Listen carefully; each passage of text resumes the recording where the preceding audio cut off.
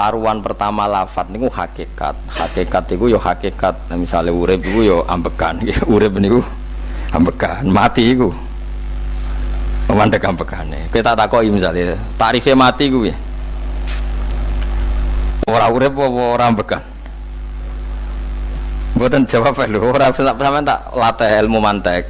Sing darani mati niku cara ilmu mantek kok didul hayat, angger gak urip yo mati. Terus alamate mati iku nak cara medis iku misale napa jantungnya berhenti tapi detak napa jantung utawi napa niku berhenti.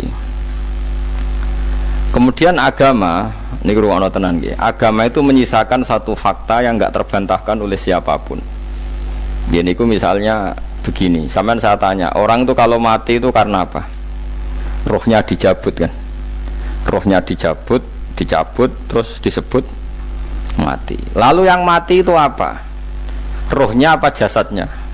Jasadnya, karena roh itu maknanya kehidupan atau nyawa.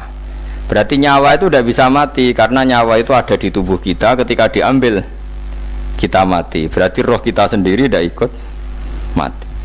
Sehingga orang paling sekuler sekalipun itu akan berpendapat bahwa manusia itu kehidupannya tidak berakhir ketika mati, karena yang mati itu hanya jasad. Sebab itu zaman orang Yahudi, orang Nasrani, orang kafir Mekah pun mengakui kalau roh itu hidup dan itu yang bertanggung jawab. Makanya disebut wa yasalunaka 'anir ruh qul ruhu min amri rabbi. Jadi niki penting kula aturaken. Sebab niku ya ora ono mati. Makanya kalau orang tasawuf ditanya, apa mati itu ada? Ya ndak ada. Mau petualangan pengalaman. Cara orang tasawuf fisik kita ini problem, gara-gara kita punya fisik kita jadi goblok, nganggep duit penting, pangkat penting, terus kenal sampean penting, urip sing ra penting-penting cara kita penting. Tapi nanti kita kecewa sekali dengan kehidupan ini, sangat-sangat kecewa karena yang kita penting ternyata ndak penting. Misalnya begini, nanti sampean akan tahu makna ayat yang disebut di surat Ar-Rum. Oke, kita goblok dulu ya. Nggih, mengke latihan goblok sik, engko bar goblok terus pinter. Engko gobloknya gak masalah, sementing ini pokoknya latihan sik. Tak jamin ilmu saya ini benar dalam konteks ini. Misalnya ora benar terus ya tahu bener. Sampeyan tak bedhe ya, wong mati iku berarti dicabut rohnya. Terus roh sendiri mati ndak? Ndak. Berarti dalam konteks ini orang yang mati syahid, apalagi para nabi itu mati enggak? Ndak. Sehingga istilahnya Allah, orang yang mati syahid ya tidak mati, para nabi ya tidak mati. Sebetulnya kita pun yang fasik itu ya tidak mati. Cuma karena kita ini rohnya itu mungkin buruk, dikekang oleh malaikat, dipelindes, dipenjara sehingga gak iso berkeliaran. Beda nak para nabi iso jalan-jalan. Mulane masyhur Kanjeng Nabi ngendikan ketika beliau mau kabundut itu, sahabat mau nangis, jari Nabi malah dawe ringan ya. Malah apik jong aku nak mati jare. Kok gitu ya Rasulullah? Masyhur itu hadisnya itu, hayati ya khairun lakum wa mamati ya khairul lakum. Aku mati ya apik, urip ya apik. Wa amma hayati fali asunna lakum as-sunnah. Aku nak urip akan mentradisikan satu sunnah yang bisa Anda tiru. Ya sunnah caranya sholat, sunnah caranya zakat, sunnah caranya berperadaban dengan istri, dengan tetangga, macam-macam. Sunnah di sini artinya bukan sunnah madzhab fikih yang wali ane wajib tadi, napa? Perilaku, napa? Perilaku. Terus nak kabudut ya Rasulullah. Ya malah penak aku nak kabudut itu jejer pangeran. Terus delok kowe jare Nabi. Nak kelakuan apik aku muji pangeran. Nak kelakuan elek wong aku supaya parek pangeran tak jalukno sepuro. Mane ndak blekem terus no ae mergo selain is bakat ya ana sing njalukno napa sepuro. Lah prop sajane kowe lah ya urip. Kowe misale mati saiki lah ya urip, tapi kan gak duwe hak jalan-jalan. Berarti dulu malaikat terus panjang napa? Mulane sampai butuh napa? Atakoh kubro apa nek cara mriki sing diwacana kulo ping akeh apa. Napa cara mriki? Boleh. Enggak cara mriki lho. Fida, nah cara bahasa kitab itu atakoh. Tapi ini fida. Beneran mlebu neraka apa beneran mlebu swarga? Maksudnya beneran mlebu neraka atau beneran mlebu swarga? Lah wong jelas mlebu neraka kok wis divida. Berarti SPD banget nak mlebu neraka. Saking yakine nganti apa? Divida. Vida itu nak teng kitab-kitab niku mazhab Malik ya. Jadi sampean aja darani bid'ah sih. Memang dalam mazhab Imam Malik itu ada atakoh kubro. Atakoh itu merdekakno mayit utawi tiang saking neraka. Itu dulu awal ijazahnya itu kalau nggak salah itu 12.000 kulhu. Terus di Indonesia malah meningkat jadi 100.000 ya. Wah itu bagus itu peningkatan itu. Saya mau coba nganti blengoran gegemi itu. Nah sing anake jagungnya dihitung sitok-sitok, nah sing wong liya kerawu is.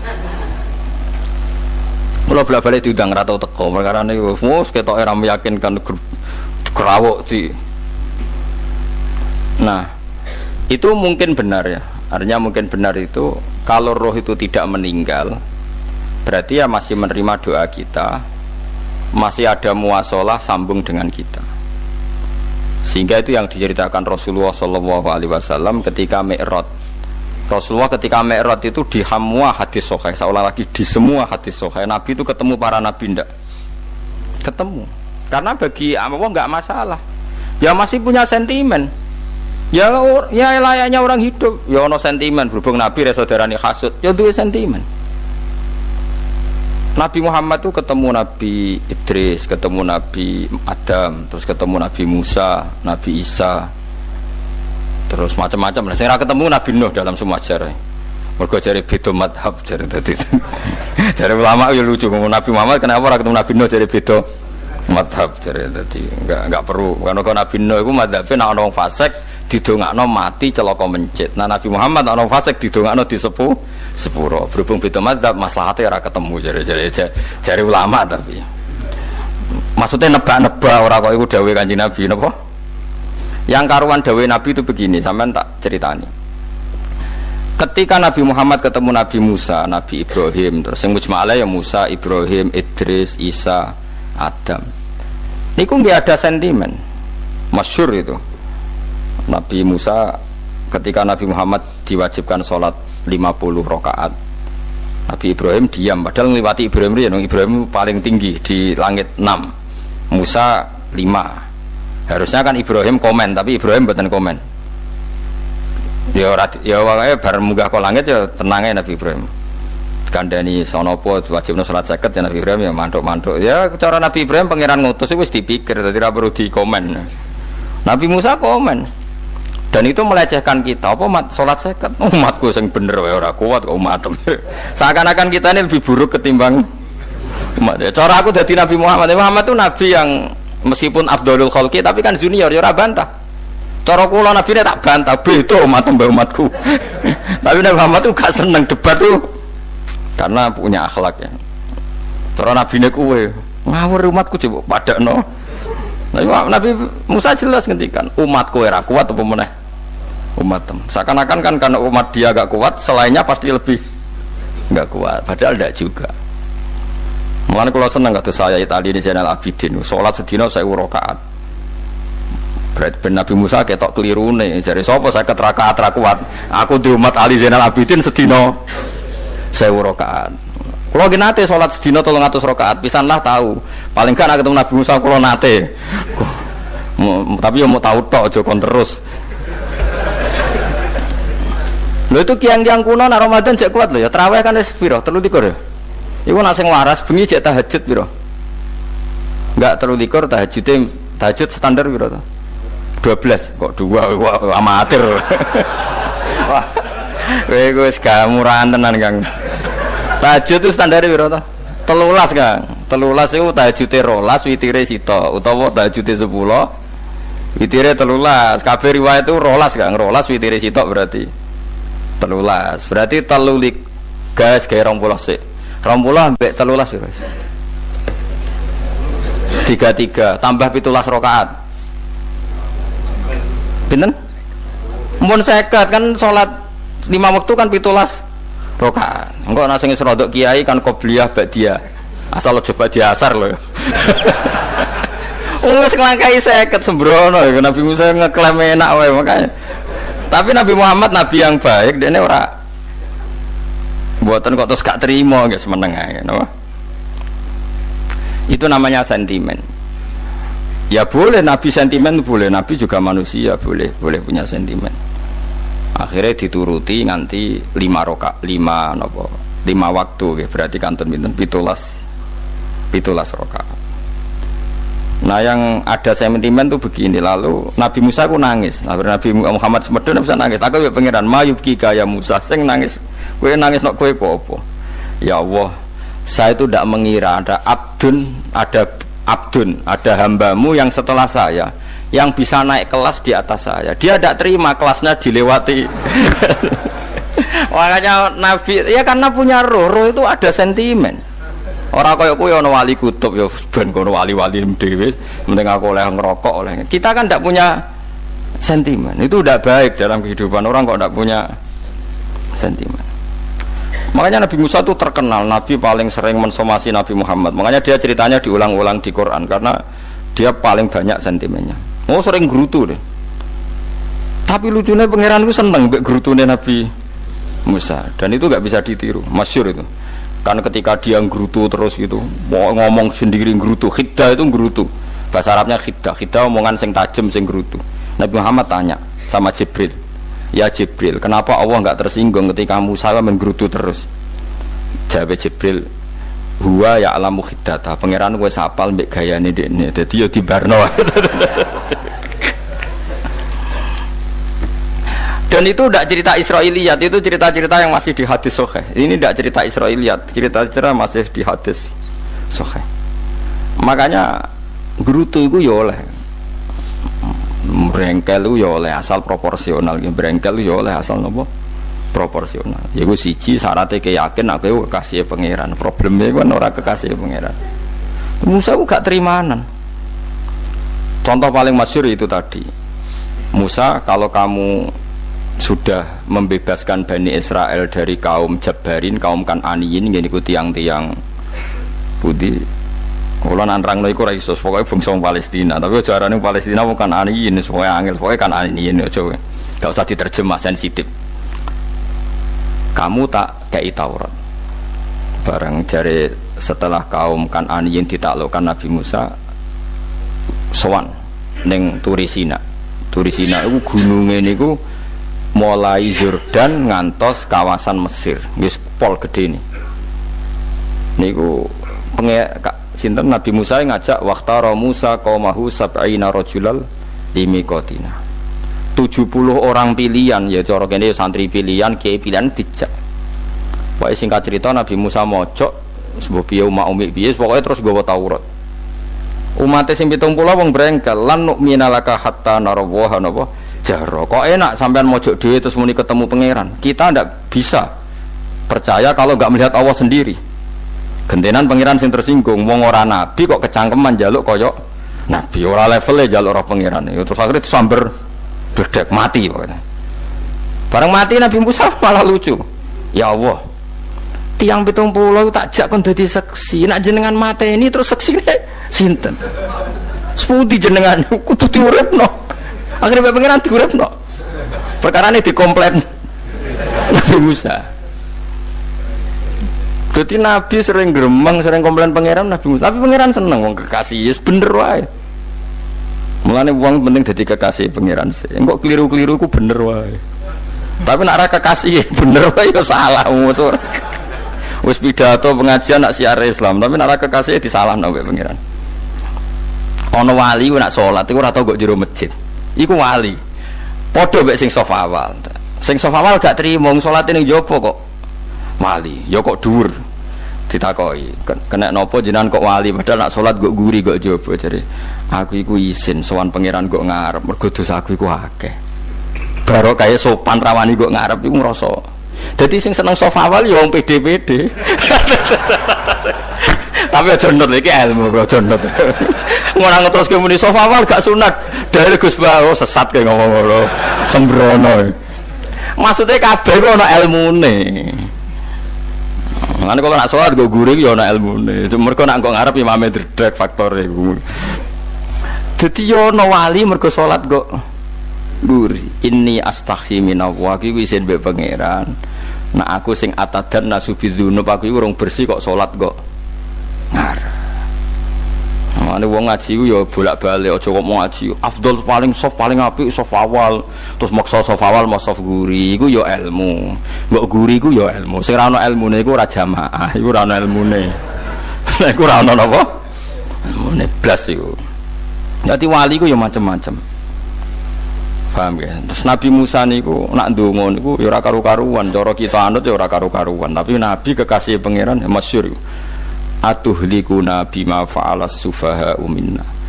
Itu berarti sedurunge Rabbi law syi'ta ahlaktahum min qablu wa iya. Nak mereka jenengan sambar bledek perkarane salah, menisan kula dadi gak nabi-nabinan. Dadi nabi ora wong andalan. Nak menisan pateni iki kula menisan pateni dadi terus bar gak nabi-nabinan. Terus atuhlikuna bima fa'alas sufaha'u minna. Karo dene wong tiyang goblok liru jinan pertimbangno. Barno ampun wong goblok wae. Lah iku sing tak anut, mulane wong goblok ku barno wae. Wong goblok kok dipertimbang. Ana wong ngomong pahpo keliru ben kok wong goblok. Nah cara Nabi Musa iku atuhlikuna bima fa'alas sufaha'u minna. Atuhlikuna to ngrusak panjenengan ing kita bima fa'alas sufaha'u napa minna. Jadi mulane aja geman ya tiyang niku sok pinter. Mergo pangeran itu cara pandang itu apa ya? Sering di luar dugaan kita. Nabi Musa sing koyo ngono ya kekasih pangeran dal gremeng terus. Tapi barokah nabi kekasih pangeran gremenge wae dadi rahmat. Mosok Nabi Muhammad salat 50 rakaat disuda 5 nganti ping 9. Wae kabeh riwayat nganti ping 9. Mergo pangeran nyudane ya mok 5, 45. Disuda 5 neh 40. Pas nganti 9 iku 45. Lho pas karek 5 Nabi Musa lagi usul kon nyudon neh. Wah iku cara kesampaian jos tenan. Dadi karek 5 kan kan 50. Mari Mustofa iso matematika beda takoke. 50 dikurangi 5 ping 9 karek piro, Mus? Lho ya 50 ping 5 kan 5 ping 10 kan 50. Berarti nak ping 9 iku cek 5 lah. Kok katut Mustofa. 50 disuda 55 ping 9 karek piro? Karek 5. Lah Nabi Muhammad itu bolak-balik ping 9 mergo mau disudane pangeran ya mau. Lah terakhir 5 iku Nabi Musa maturna iku cek pangeran dawuh iku jare Nabi Musa ijo ora kuat matem. Njone keringanan. Terus Nabi Muhammad, oh iku wis isin karek 5. Ada 5 sudah mana kan? Entah. Lah iku sing kula la usul iku betul-betul iku. Mestine menisan apa? Ya tapi nak menisan kan ya lucu kalau bumi diugano dan nampa salat jebule ra sida kan malah ra karu-karuan kan. Jadi ben sampean ngerti nggih. Mulane mbon niku nggih urip iku jawab malih urip iku ora mati. Makanya enggak ada aliran manapun di Islam ini yang memungkiri kalau doa itu sampai mayit. Meskipun ada yang mengkritik tahlil, mengkritik mitung dinane mayit. Oke, enggak apa-apa ada yang kritik. Bagus. Bagaimanapun ada support, ada kompetisi, ada identitas. Tapi kalau meyakini doa enggak sampai mayit itu enggak ada dalam firqah ulama manapun. Meskipun ada yang kritik kaifiahnya, misalnya kaifiah tahlil itu bid'ah. Enggak masalah ada yang kritik seperti itu. Tapi kalau mengatakan doa enggak sampai mayit itu salah besar. Karena enggak ada firqah pun di seluruh dunia, termasuk bin Bas sekalipun yang meyakini doa itu enggak sampai mayit. Semuanya itu sepakat sampai mayit karena doa itu diajarkan oleh Nabi Ibrahim, Nabi Muhammad kabeh donga Rabbana ufirli wali walidayya saat terusé walil mu'minin wastaghfir li dzambika walil mu'minina wal mu'minat. Ketika orang sudah mati ada donga Allahumma ighfir lahu wa afi wa'fu anhu. Karena tadi logikanya gampang, yang mati itu jasad, roh itu enggak pernah mati. Karena roh ini tidak pernah mati, roh ini ada masalah besar, dia ngadepi mungkar nangkir, ngadepi macam-macam karena dia hidup. Nah kemudian cerita yang kita ingkari adalah yang berlebihan, kayak cerita kejawen nak malam apa mulai, terus neng kamar dikai rokok, mergo zaman ning donya seneng rokok. Rokok wis kaleng cung, mesti di rokok mbahmu. Ono kadang dikei gemblong jare senengane bae, bareng cokot tikus jare bae wis mulai. Lah itu yang kalau itu gak trimo bid'ah Kang iku ngawur tenan iku. Daerah-daerah tertentu nggih ke atas sing ngoten niku. Lah nek senengane dhuwit yo dikei dhuwit nek. Agar dhuwit ilang jare wis dijuk bae. Lah nek iku mboten enten sanate. Makanya roh itu nggak pernah selesai didiskusikan ulama. Ada mengatakan roh itu apa, ada mengatakan roh apa. Tapi apapun itu, istilah Quran memang roh itu tidak makhluk. Disebut kulir rohu min amri Rabbi. Itu kan jelimet sudah. Jadi begini kalau terang, tapi aja salah paham.